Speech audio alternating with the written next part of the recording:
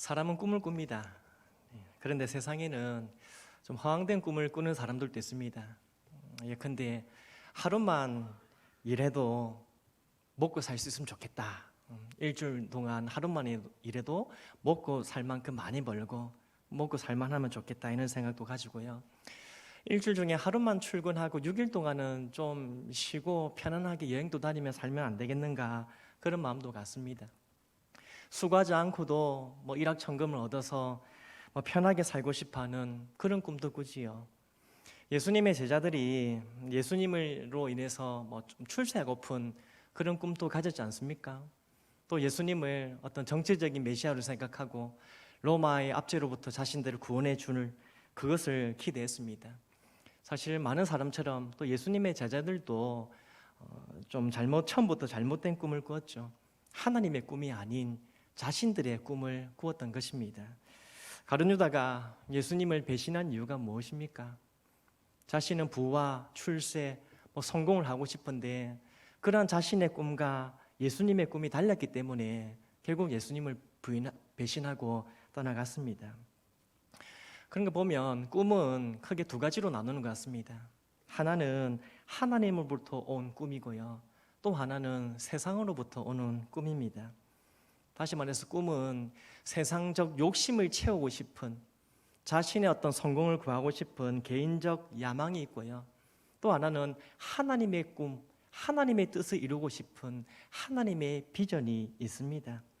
성도에게 있어서 꿈은 얼마나 큰 꿈을 꾸느냐, 얼마나 큰 꿈을 가지느냐, 그것이 중요하지 않습니다. 성도가 꾸는 꿈은 어떤 꿈을 꾸느냐가 중요합니다. 내가 가진 꿈이 올바른가? 나를 위한 야망인가? 아니면 하나님을 위한 비전인가? 그것이 중요합니다. 오늘 본문을 보시면 꿈의 사람이 나옵니다. 요셉이 꿈을 꾼 것을 보여주는데요. 하나님께서 요셉에게 두 번을 걸쳐서 꿈을 꾸게 하시죠. 첫 번째는 형제들의 곡식단이 요셉의 곡식단을 향해서 절을 하는 꿈입니다. 두 번째 꿈은 해와 달과 11별이 요셉을 향해서 절하는 꿈입니다. 요셉의 꿈을 보니까 딱 봐도 좋은 꿈입니까? 나쁜 꿈입니까?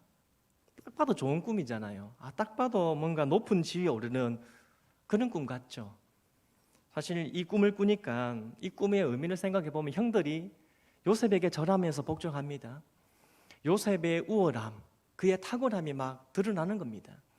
그의 부모까지도 그에게 절하는 어떤 그것을 보면 뭔가 요셉이 부모를 능가하는 그런 엄청난 어떤 권력, 출세, 그것도 보게 됩니다. 17세 소년이었던 요셉이 이 꿈을 꾸고 그의 마음이 어떻겠습니까? 그 꿈을 생각할 때 얼마나 기분이 좋았을까요? 형들과 아버지가 자기에게 절을 하게 된다니 이 꿈만 생각하면 아마 흥분되었을 겁니다. 그래서 요셉은 이 꿈을 말하고 싶어서 애가 탔습니다. 6절 보시면요. 청하건대 내가 꾼 꿈을 들으시오. 그렇게 말하는데 이 구절 보면 요셉이 얼마나 그 꿈을 자랑하고 싶은가. 내 꿈 한번 들어보시오. 내 꿈 한번 좀 들어볼래요? 야, 엄청난 꿈이에요. 막 자랑하고 싶은 겁니다. 그런데 그렇게 꿈을 자랑했더니 이 형들의 반응은 요셉의 기대와 달랐습니다. 시큰둥한 거죠. 아니, 8절 한번 보십시오. 그의 형들이 그에게 이르되 내가 참으로 우리의 왕이 되겠느냐, 참으로 우리를 다스리게 되겠느냐 하고 그의 꿈과 그의 말로 말미암아 그를 더욱 미워하더니, 오늘 형들은 요셉의 꿈을 듣고는 오히려 꾸짖습니다. 네가 우리의 왕이 되겠다고. 시큰둥한 정도가 아니라 오히려 그를 공격하는 그런 정도입니다. 사실 형들의 입장에서 생각하면 오늘 요셉은 늘 눈에 가시 같은 존재 아닙니까? 평소에도 아버지가 요셉을 편애하죠. 채색 옷을 입혀줍니다. 평소에도 마음에 들지 않았습니다. 불만이 많습니다. 또 2절 보시면 요셉이 형들의 잘못을 아버지에게 알려주죠. 그런 걸 보면 이 형들은 요셉의 행동도 마음에 들지 않았습니다. 그런데 이제 요셉이 형들이 자기에게 절할 것이라고, 자기의 꿈을 이야기하면서 형들이 나에게 절할 거야, 그렇게까지 이야기하니 형들의 기분이 좋을 리가 있겠습니까? 그래서 형들은 요셉을 더욱 미워하고 시기하였습니다. 요셉과 어울리지 않고요. 요셉을 보면 꿈꾸는 자다, 놀렸습니다. 좋은 의미에서 꿈꾸는 자다, 꿈꾸는 자가 온다, 그것이 아니라 아주 놀림거리로 저 꿈꾸는 자 봐라, 저 뭐 아무 뭐 이상한 뭐 되도 않는 꿈을 꾸는, 이렇게 놀리는 조롱거리였습니다. 아버지 야곱도 요셉이 말한 꿈을 마음에 간직하긴 했지만 그를 꾸짖었다, 그렇게 말하고 있습니다. 하지만 요셉은 사람들의 반응에도 굴하지 않았습니다. 하나님이 주신 꿈을 마음에 간직하고요, 그 꿈을 붙들고 그 꿈을 기억하며 살았습니다.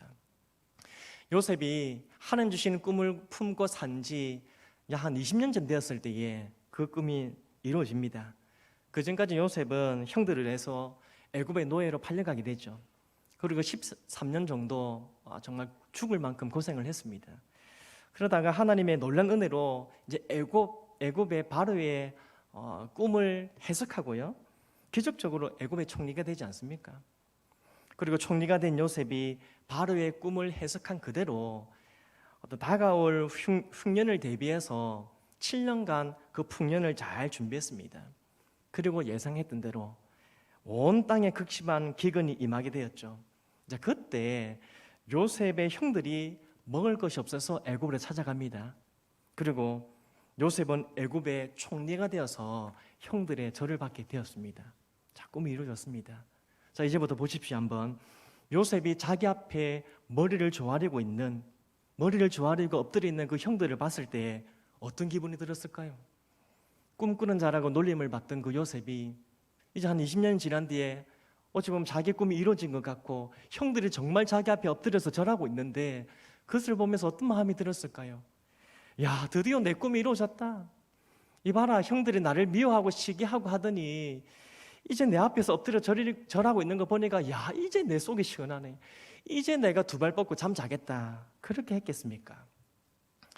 만약 요셉이 이 높은 권력을 힘입어서 형들에게 복수하는 것으로 행복을 느꼈다면 요셉의 꿈은 지극히 개인적인 것이고요, 세상적인 야망에 지나지 않았을 것입니다.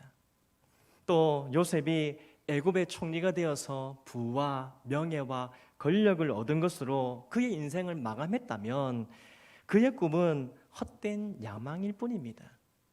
그러나 오늘 요셉의 꿈은 그것으로 끝나지 않습니다. 창세기 45장 이제 5절과 7절 보면 요셉이 하는 말을 한번 들어보십시오.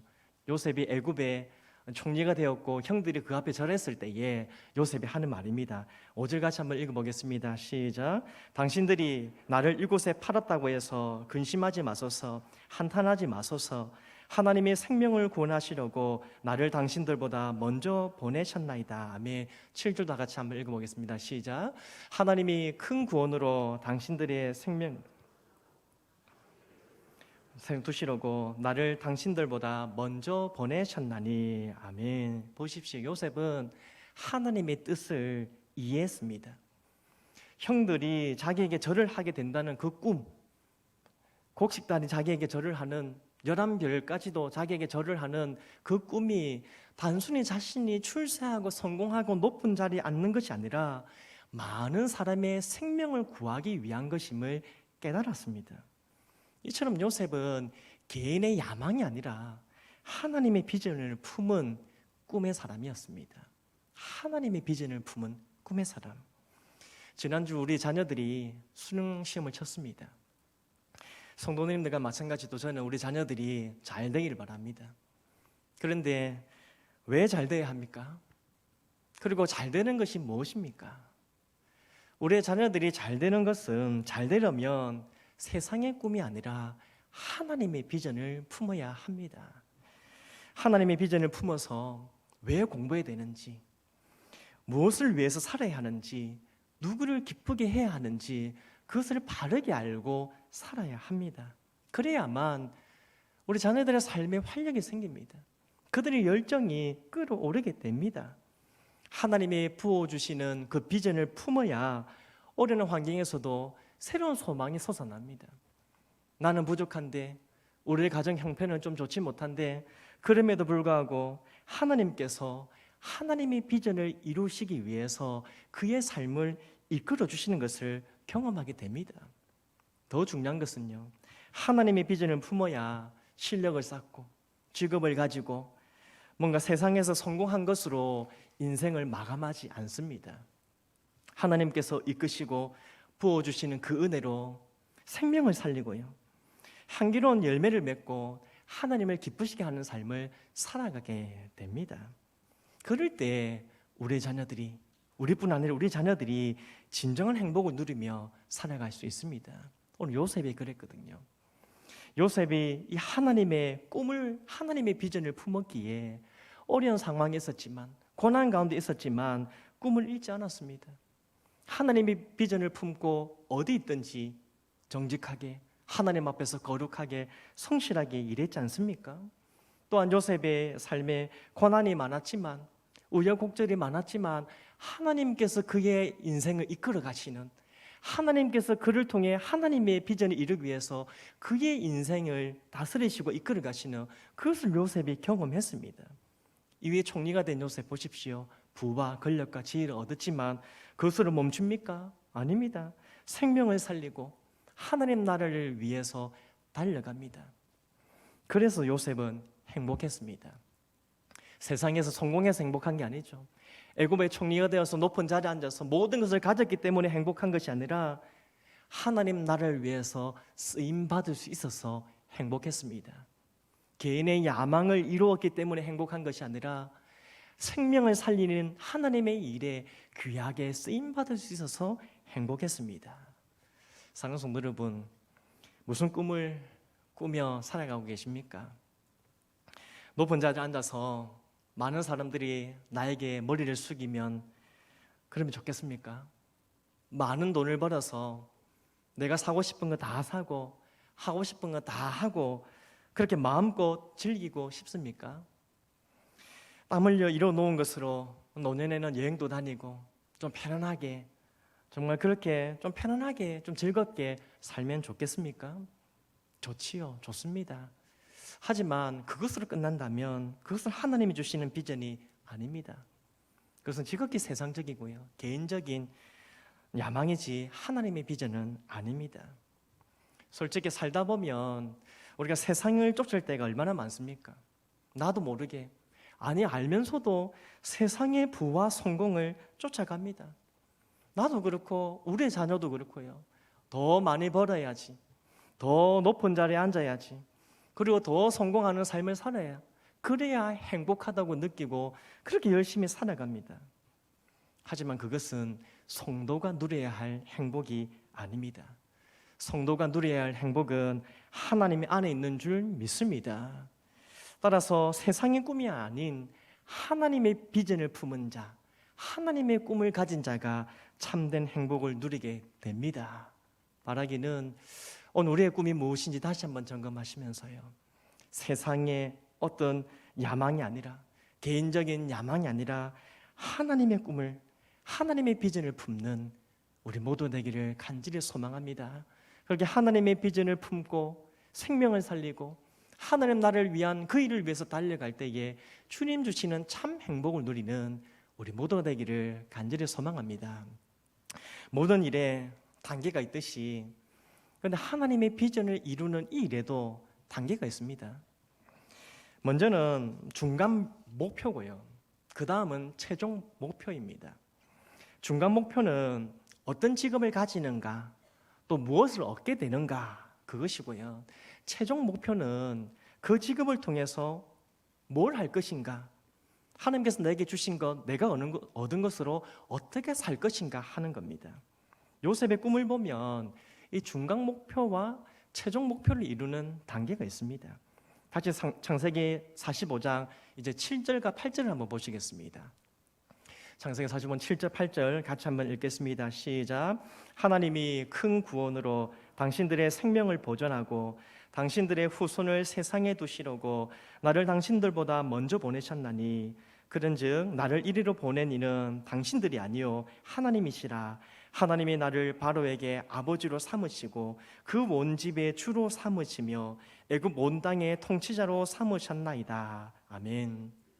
요셉이 애굽 온 집의 주가 되었고요, 그리고 애굽 온 땅의 통치자가 됩니다. 부와 권력과 명예 모든 얻었습니다. 자, 이것이 요셉의 최종 목표입니까? 좋은 직업, 많은 돈, 권력을 얻은 게 그의 최종 목표입니까? 아닙니다. 그것은 중간 목표에 불과합니다. 요셉의 최종 목표는 하나님이 주신 지혜로, 하나님 주시는 이 권력과 이 힘으로 사람들의 생명을 구하는 것입니다. 하나님의 나라를 세워가는 겁니다. 그것이 하나님께서 요셉에게 주신 비전이고 요셉이 이루어야 할 최종 목표였습니다. 느헤미야도 한번 보십시오. 페르시아 궁정의 신하로 있던 느헤미야가 그 왕에게 은혜 입기를 원한다, 그렇게 기도하지 않습니까? 그래서 그의 기도를 통해서 이 포로 출신의 사람이 그 왕의 술 맡은 관원, 그러니까 고위직에 오르게 됩니다. 보십시오. 타국에서 고위직에 올랐다, 출세한 거죠. 출세하고 많은 사람들의 인정을 받습니다. 그리고 많은 돈을 법니다.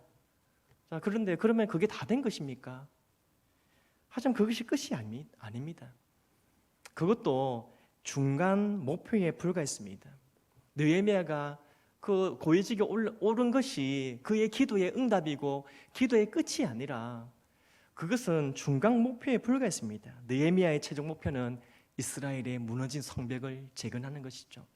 다시 말하면 민족을 품고 섬기고 하나님의 나라를 세워가는 그 일이 하나님께서 그에게 주신 비전이고 그가 이루어야 할 최종 목표였습니다.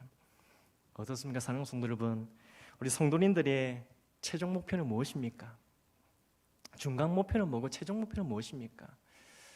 어떤 우리 청년들은 진학, 취업, 결혼 이런 목표를 세웁니다.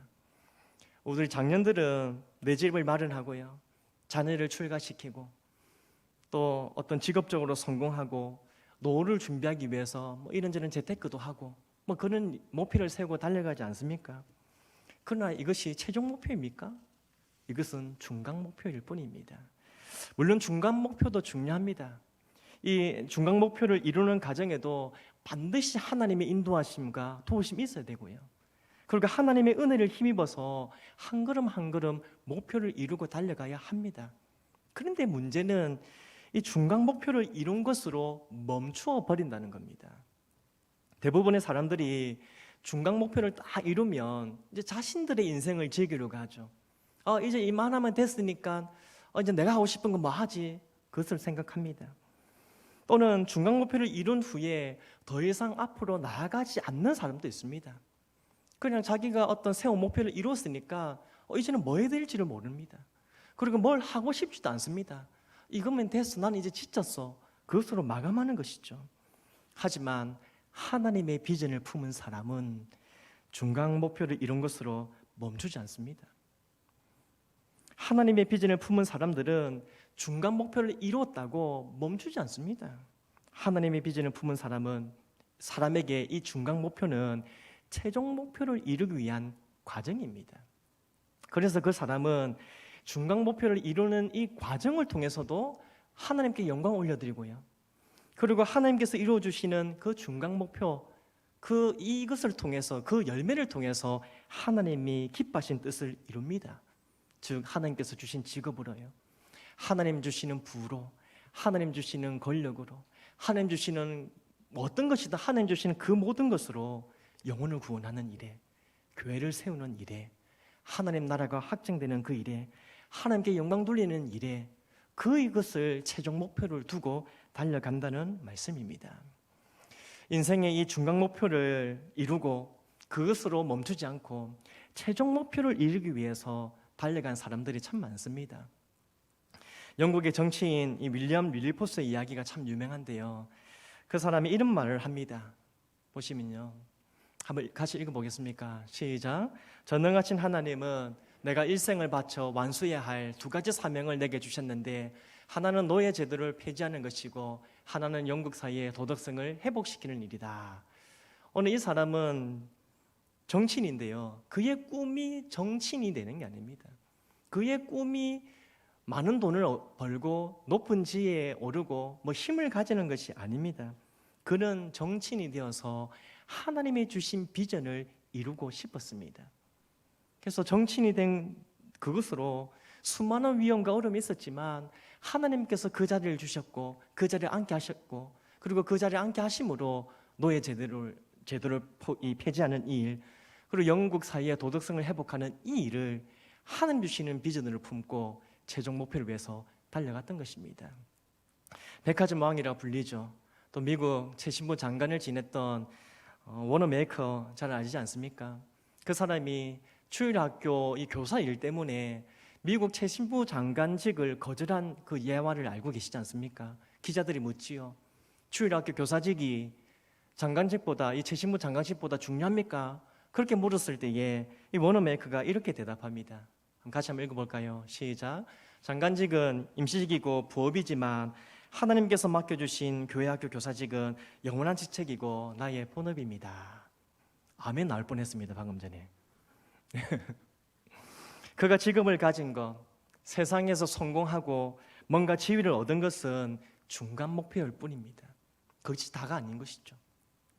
그의 최종 목표는 영혼을 구원하는 것, 하나님의 교회를 세우는 것, 하나님 나라를 위해서 살아가는 것, 그것이 그 사람의 최종 목표였습니다. 사랑하는 성도 여러분, 우리의 중간 목표는 무엇이고 최종 목표는 무엇입니까? 오늘 우리는 무엇을 생각하고 무엇을 위해서 열심히 달려가고 있습니까?